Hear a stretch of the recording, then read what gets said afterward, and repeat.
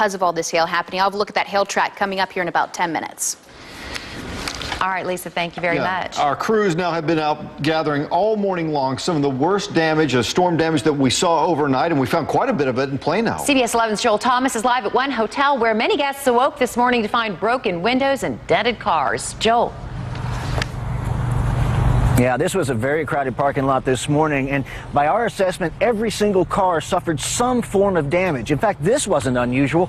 We saw at least a dozen cars that had their windows knocked out like this. Everywhere you look, there are dinged roofs, dented hoods, smashed glass, and cracked glass. People who stayed here on business came out to find the first order of business was to call their insurance agent or a rental car company.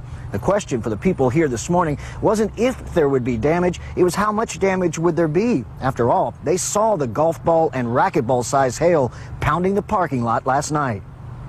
And I thought pretty sure I was going to come out and find this, and sure enough I did. She's all dented up and I got a broken windshield, so we'll have to call the insurance company this morning and figure that out. A lot of people were doing that. This wasn't the only lot that suffered a lot of damage. Gabriel Rojas found a car dealership that also got hit hard. Gabriel?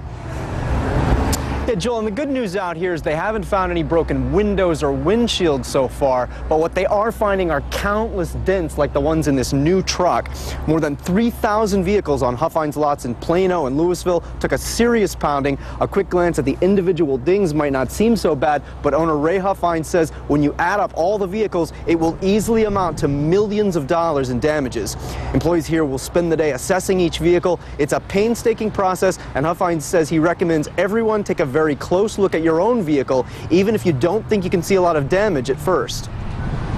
And it's really best to clean the car, to wash it, wipe it down, and look at it under artificial light, and then you can see dents that you normally couldn't see otherwise. Unfortunately, Huffines says many of the new cars here will be able to be repaired and brought back up to full value. He says any customers who haven't already picked up cars that they've bought will have the option of replacing theirs with a different model. We're live in Plano. Gabriel Rojas, CBS 11 News. Thank you, Gabriel. And many of you are giving us a good idea of just how much damage was caused by last night's storms. Brianna Schmitz posted this photo of her broken window on our Facebook page. In another picture, she held up some golf ball-sized hail that's responsible for some of the damage. And can you spot the real golf ball in this photo? Jennifer sent us this picture of the hail that landed near Ohio Drive and Park Boulevard in Plano last night. All right, here's what you need to do if your home or if your vehicle suffered some hail damage. First, take pictures of the aftermath and document the steps that you took to limit the damage, like placing tarps on them or buying tarps, and keep all those receipts. You could be reimbursed for many of those items. Also, file insurance claims as soon as possible. We're told that in many cases, adjusters can come to your home, and sometimes they can cut you a check right there on the scene. You can count on CBS 11, your weather authority, to let you know when severe weather is on the way. Just download our CBS DFW weather app. You can also use it to send us pictures and video of weather in your area. Investigators in Belgium are looking for a second suspect in the Brussels subway bombing. They also say a nuclear power plant might have been a potential target. Kenneth Craig has the latest from Brussels.